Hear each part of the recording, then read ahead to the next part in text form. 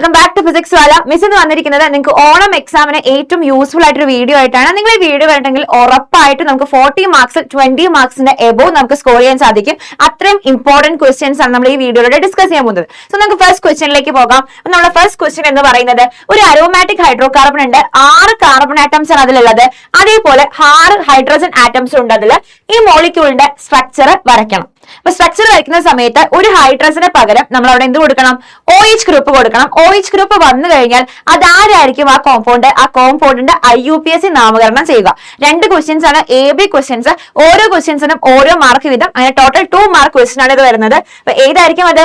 6 carbon ഉള്ളത് നമുക്കറിയാം. 6 carbon ഉള്ളത് ആരായിരുന്നു? നമ്മളെ ബെൻസീൻ ആണ്. അപ്പൊ ബെൻസീനില് ഒരു ഹൈഡ്രജനെ മാറ്റാം. ഈ ഹൈഡ്രജനെ മാറ്റിയിട്ട് അവിടെ ആര് എഴുതുന്നു? OH എഴുതി കഴിഞ്ഞാൽ ആ കോമ്പൗണ്ടിന്റെ പേര് എന്തായിരിക്കും? ഫിനോൾ ആയിരിക്കും. ഓക്കെ അല്ലേ? സോ IUPAC നാമകരണം ചെയ്തിട്ടുണ്ട്. ഫിനോൾ ആണ്. കോമ്പൗണ്ടിന്റെ ഘടന വരച്ചു. ഇങ്ങനെ വരച്ചു കഴിഞ്ഞാൽ 1 മാർക്ക്, ഫിനോൾ എന്ന് എഴുതി കഴിഞ്ഞാൽ 1 മാർക്ക് കിട്ടും. Total 2 mark question. ഈ ക്വസ്റ്റ്യൻ പഠിക്കാതെ ഒരിക്കലും നിങ്ങൾ എക്സാമിന് വെറുതെ, അത്രയും ഇമ്പോർട്ടന്റ് ക്വസ്റ്റ്യൻ ആണ്. നെക്സ്റ്റ് ക്വസ്റ്റ്യൻ നമുക്ക് നോക്കാം. What is mean by combustion? ജ്വലനം എന്നാൽ എന്താണ് ജ്വലനം?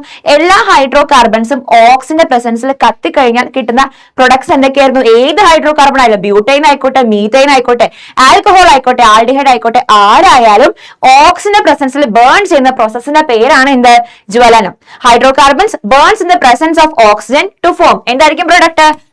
Carbon dioxide, water, heat and light is known as combustion. അതാണ് ജ്വലനം. അപ്പൊ നമുക്ക് തന്നിരിക്കുന്ന ഒരു ചോദ്യം, ഈ ക്വസ്റ്റ്യൻ 1 മാർക്കാണ്. അടുത്ത B ക്വസ്റ്റ്യൻ ആണ്. ബ്യൂട്ടൈൻ വായുവിൽ കത്തുന്നു. ഓക്സിജന്റെ പ്രസൻസിൽ കത്തിക്കഴിഞ്ഞാൽ Xഉം Yയും കിട്ടുന്നുണ്ട്. അപ്പൊ Xഉം Yയും എന്തായിരിക്കും? അപ്പൊ നേരത്തെ പറഞ്ഞ പോലെ ഏത് ഹൈഡ്രോ കാർബൺ ആയിക്കോട്ടെ, കത്തിക്കഴിഞ്ഞാൽ എന്താ കിട്ടുക? CO2 കിട്ടും, വാട്ടർ കിട്ടും, ഹീറ്റ് ആൻഡ് ലൈറ്റ്. നമ്മളോട് Xഉം Yയും ചോദിച്ചിട്ടുള്ളത്. മെയിൻ പ്രൊഡക്ട്സ് ഏതൊക്കെയാണ്? നമുക്ക് കാർബൺ ഡയോക്സൈഡും വാട്ടറും. കാർബൺ ഡയോക്സൈഡും ജലവുമാണ് നമ്മുടെ മെയിൻ പ്രൊഡക്ട്സ്. ക്ലിയർ അല്ലേ?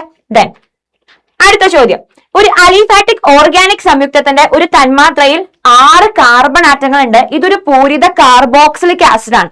ഒരു അലിഫാറ്റിക് ഹൈഡ്രോ കാർബൺ ഉണ്ട്, അതൊരു കാർബോക്സിലിക് ആസിഡിന്റെ ടോട്ടൽ നമ്പർ ഓഫ് കാർബൺ എത്രയാണ്? 6 എണ്ണം. അപ്പൊ നിങ്ങൾക്ക് ആൾറെഡി ആൻസർ കിട്ടിക്കഴിഞ്ഞു. ആരാണ് ആ 6 എണ്ണം ഉള്ള കാർബോക്സിലിക് ആസിഡ്? എണ്ണി നോക്കാം. 1 2 3 4 5. 6ാം സ്ഥാനത്ത് ആരെ കൊടുക്കുക? നമ്മൾ കാർബോക്സിലിക് ഫംഗ്ഷൻ ഗ്രൂപ്പ് കൊടുക്കുക. COOH ഗ്രൂപ്പ് എഴുതി. പേരെന്താന്ന് എഴുതുക? Hexanoic acid. ഇനി ആ ക്വസ്റ്റിന് 1 മാർക്കാണ്. അതിൽ ചോദിച്ചിരിക്കുന്ന ഒരു B ക്വസ്റ്റ്യൻ ആണ്. ഈ കുടുംബത്തിൽപ്പെട്ട 5 കാർബൺ ആറ്റങ്ങളുള്ള ഒരു സംയുക്തത്തിന്റെ IUPAC നാമം എഴുതുക. ഈ സെയിം ഫാമിലിയിൽ പെട്ടിട്ടുള്ള ആ 5 കാർബൺ വരുന്ന ആസിഡ് ആരാണ്? ആരായിരുന്നു അത്? പെന്റനോയിക് acid. CH3 CH2 CH2 CH2 COH ആണ് നമ്മളെ പെന്റനോയിക് ആസിഡ്. സെയിം ഫാമിലി ആണ്. COH 6 എണ്ണം വരുന്നതും 5 എണ്ണം വരുന്നതും. അപ്പൊ ഈ 2 ക്വസ്റ്റ്യനും കൂടി ടോട്ടൽ 2 മാർക്സ് ആണ് വരുന്നത്. നമുക്ക് അടുത്ത ക്വസ്റ്റ്യനിലേക്ക് പോകാം. ഇതാണ് നമ്മൾ അടുത്ത ക്വസ്റ്റ്യൻ. ഈഥൈൻ തന്മാത്രയെ കൊണ്ട് 2 ക്ലോറിൻ തന്മാത്രകളുമായി പ്രവർത്തിക്കുമ്പോൾ ലഭിക്കുന്ന ഉൽപ്പന്നത്തിന്റെ ഘടനാവാക്യം എഴുതുക. ഈഥൈൻ മോളിക്യൂള് എന്ത് ചെയ്യുന്നു? 2 ക്ലോറിൻ ആയിട്ട് റിയാക്ട് ചെയ്യുന്നു. 2 ക്ലോറിൻ ആയിട്ട് റിയാക്ട് ചെയ്ത് കഴിഞ്ഞാൽ കിട്ടുന്ന പ്രൊഡക്റ്റിന്റെ പേര് എഴുതാനും അതേപോലെ തന്നെ ഘടനാവാക്യം സ്ട്രക്ചർ വരയ്ക്കാനാണ് പറഞ്ഞിട്ടുള്ളത്. ഇതും ഒരു 2 മാർക്ക് ക്വസ്റ്റ്യൻ ആണ്. അപ്പൊ മിസ് വേറെ ക്വസ്റ്റ്യൻ കൂടെ ആഡ് ചെയ്തിട്ടുണ്ട്. ഈഥൈൻ എടുത്തു. ഈഥൈൻ എന്ത് ചെയ്തു? ഇവിടെ അഡീഷൻ റിയാക്ഷൻ. ആരായിട്ട് ആഡ് ചെയ്യുന്നത്? ഹൈഡ്രജൻ ആയിട്ട് ആഡ് ചെയ്തു. അങ്ങനെ ഹൈഡ്രജൻ ആയിട്ട് ആഡ് ചെയ്ത് കഴിഞ്ഞാൽ നമുക്കറിയാം അഡീഷൻ റിയാക്ഷനിൽ അൺസാച്ചുറേറ്റഡ് ട്രിപ്പിൾ ബോണ്ടിനെ സിംഗിൾ ബോണ്ട് ആക്കുക, അതേപോലെ ഡബിൾ ബോണ്ടിനെ സിംഗിൾ ബോണ്ട് ആക്കുന്ന പരിപാടിയാണ് ഇത് addition reaction. Converting unsaturated compounds into saturated compounds by adding a molecule in the presence of nickel catalyst. Okay, so add ചെയ്യുന്ന സമയത്ത് 2 ഹൈഡ്രജൻ ഉണ്ടല്ലോ. ഈ 2 ഹൈഡ്രജനെ ഒരു കാർബണിലേക്കും ഈ കാർബണിലേക്കും കൊടുക്കും. നമുക്ക് എന്ത് കിട്ടും? CH3 സിംഗിൾ ബോണ്ട് CH3 കിട്ടും. അപ്പൊ ഇതെല്ലാം നമ്മളെ ക്വസ്റ്റ്യൻ. നമ്മൾ ചോദിക്കുന്ന ഈ ഹൈഡ്രജന് പകരം ക്ലോറിൻ ആഡ് ചെയ്യാൻ. അപ്പൊ ക്ലോറിൻ ആഡ് ചെയ്ത് നോക്കാം. നമുക്ക് എന്ത് വരും? CH triple bond CH plus 2 molecule of chlorine. അപ്പൊ നമുക്ക് ഓരോ സ്റ്റെപ്പ് ആയിട്ട് ചെയ്യാം. CH ട്രിപ്പിൾ ബോണ്ട് CH ഒരൊറ്റ ക്ലോറിൻ മോളിക്യൂൾ എടുത്തു. അപ്പൊ ക്ലോറിൻ മോളിക്യൂൾ പറഞ്ഞാൽ 2 ക്ലോറിൻ Cl. ഒരു ക്ലോറിന് ഈ സിക്കും കൊടുത്തു, ഒരു ക്ലോറിന് ഈ സിയിലേക്കും കൊടുത്തു. അപ്പൊ എന്തായിരിക്കും നമുക്ക് കിട്ടുന്ന പ്രൊഡക്റ്റ്? CH വന്നു, CHലേക്ക് ഒരു Cl വന്നു, CHCl. ഡബിൾ ബോണ്ടിന് പകരം എന്തോടാ? Double bond CH again Cl. So first product അവിടെ ഫോം ചെയ്തു. കഴിഞ്ഞിട്ടില്ല, 2 വട്ടം ആഡ് ചെയ്യാനാ പറഞ്ഞിട്ടുള്ള. അപ്പൊ എഗെയിൻ ആ പ്രൊഡക്റ്റ് എടുക്കാം.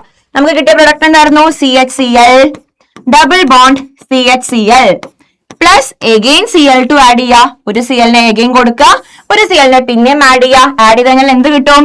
CH ലേക്ക് ഇവിടെയും ഒരു Cl വരും, ഇവിടെ ഒരു Cl വരും. അഡീഷൻ ചെയ്ത ഉടനെ തന്നെ ഡബിൾ ബോണ്ടിനെ എന്താക്കി മാറ്റുക? സിംഗിൾ ബോണ്ട് ആക്കുക. അപ്പൊ ഇവിടെ സിംഗിൾ കൊടുത്തു, CH Cl Cl. അപ്പൊ ഇതാണ് നമ്മുടെ ഫൈനൽ പ്രൊഡക്റ്റ്. നമുക്ക് അതിനൊന്ന് ഷോർട്ട് ആക്കി കണ്ടൻസ് ചെയ്ത് കഴിഞ്ഞാൽ എങ്ങനെ വരും? CH Cl2 single bond CH Cl2. പേരെന്താ വരിക?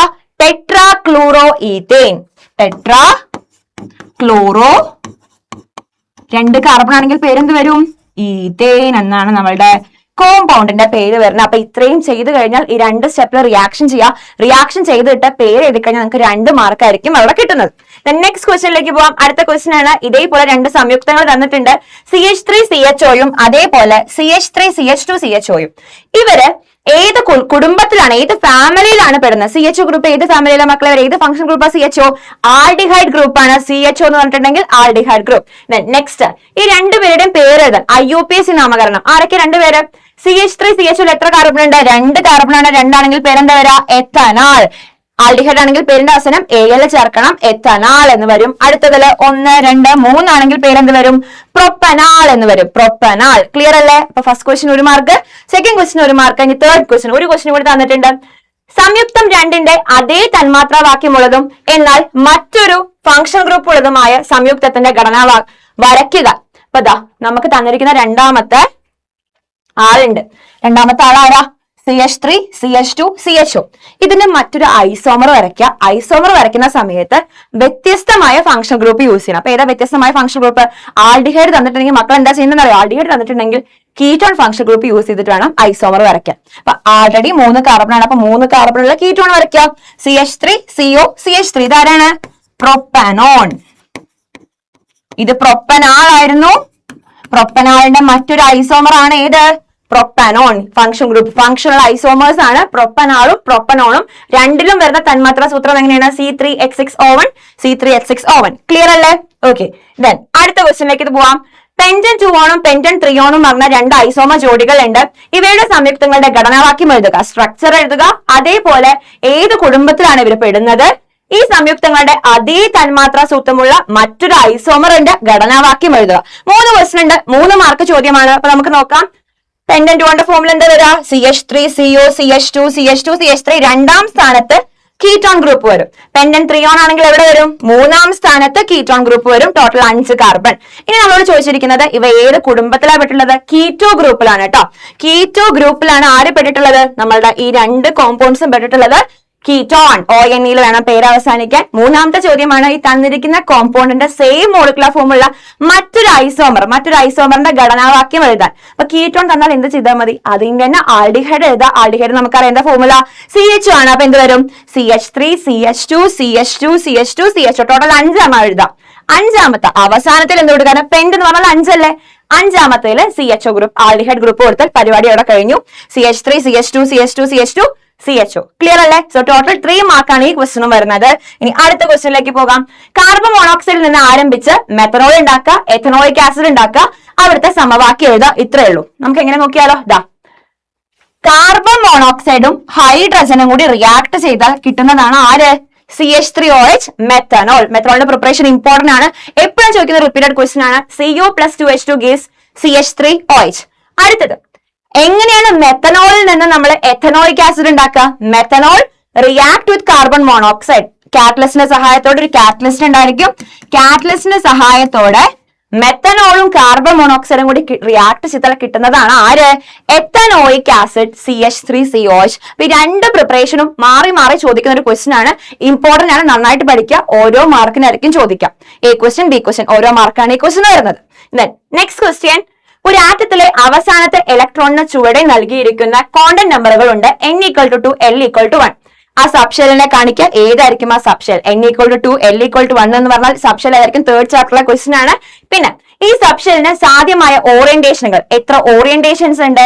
N=2 ആയ ഷെല്ലിൽ എത്ര ഓർബിറ്റൽസ് ഉണ്ട്? 3 ക്വസ്റ്റ്യൻസ് ആണ്. ഓരോ ക്വസ്റ്റ്യൻസിനും ഓരോ മാർക്ക് വീതമായിരിക്കും ഉണ്ടാവുക. അപ്പൊ നമുക്ക് നോക്കാം. നമുക്കറിയാം S=0, P1 ആയിരിക്കും, D2 ആയിരിക്കും, F3 ആയിരിക്കും. നമുക്ക് തന്ന ചോദ്യത്തിൽ N2 ആണ്, L1 ആണ്. അപ്പൊ സബ്ഷെൽ ഏതായിരിക്കും? സബ്ഷെൽ എഴുതുമ്പോൾ കോണ്ടന്റ് നമ്പർ ആദ്യം എഴുതുക. പ്രിൻസിപ്പൽ കോണ്ടന്റ് നമ്പർ 2 ആണ്. L1 എന്ന് പറഞ്ഞാൽ ആരാ നോക്കുക? L1 എന്ന് പറഞ്ഞാൽ ആരാണ്? 1ന്റെ വാല്യൂ എത്രയാണ്? P. അപ്പൊ ഏതായിരിക്കും സബ്ഷെൽ വരാം? 2p ആണ് നമുക്ക് തന്നിരിക്കുന്ന സബ്ഷെൽ. N2 ഉം L വന്നു കഴിഞ്ഞാൽ ആ സബ്ഷെൽ ഏതായിരിക്കും? 2p സബ്ഷെൽ ആയിരിക്കും. ക്ലിയർ അല്ലേ? നെക്സ്റ്റ് വൺ, എത്ര ഓറിയന്റേഷൻസ് ഉണ്ട്? ഓറിയന്റേഷൻസ് കാണാനുള്ള ഫോർമുലയാണ് 2l + 1. L നമുക്കറിയാം, L എത്രയാണ്? 1. സബ്സ്റ്റിറ്റ്യൂട്ട് ചെയ്യുക. 2 × 1 + 1 ചെയ്താൽ ടോട്ടൽ ആൻസർ എത്ര വരിക? 3 ആയിരിക്കും ടോട്ടൽ ആൻസർ. അപ്പൊ ടോട്ടൽ 3 ഓറിയന്റേഷൻസ് ആണ് ഈ സബ്ഷെലിനുള്ളത്. ദെൻ അടുത്ത ക്വസ്റ്റ്യൻ, n = 2 എന്ന് പറഞ്ഞാൽ ഏതൊക്കെയായിരിക്കും അതിലെ സബ്ഷെൽസ്? എത്ര സബ്ഷെല്ലുകൾ ഉണ്ട്? 2 എന്ന് പറഞ്ഞാൽ പ്രിൻസിപ്പൽ കോൺ നമ്പർ 2 എന്ന് പറഞ്ഞാൽ s ഉണ്ടായിരിക്കും, p ഉണ്ടായിരിക്കും. അപ്പൊ എത്ര ഓർബിറ്റൽസ് ഉണ്ടാവുക? 2 ഓർബിറ്റൽസ്. ഒരു s ഓർബിറ്റലും ഒരു p ഓർബിറ്റലും ആണ് ഉണ്ടാവുക അല്ലെ? അപ്പൊ s എത്ര ഓർബിറ്റൽസാ? s നമുക്ക് നോക്കാം. s സബ്ഷെല്ല് ഒരു ഓർബിറ്റൽ ഉണ്ടായിരിക്കും. s ഒരു ഓർബിറ്റൽ. p ക്ക് എത്ര ഓർബിറ്റൽ ആണ്? 3 ഓർബിറ്റൽ.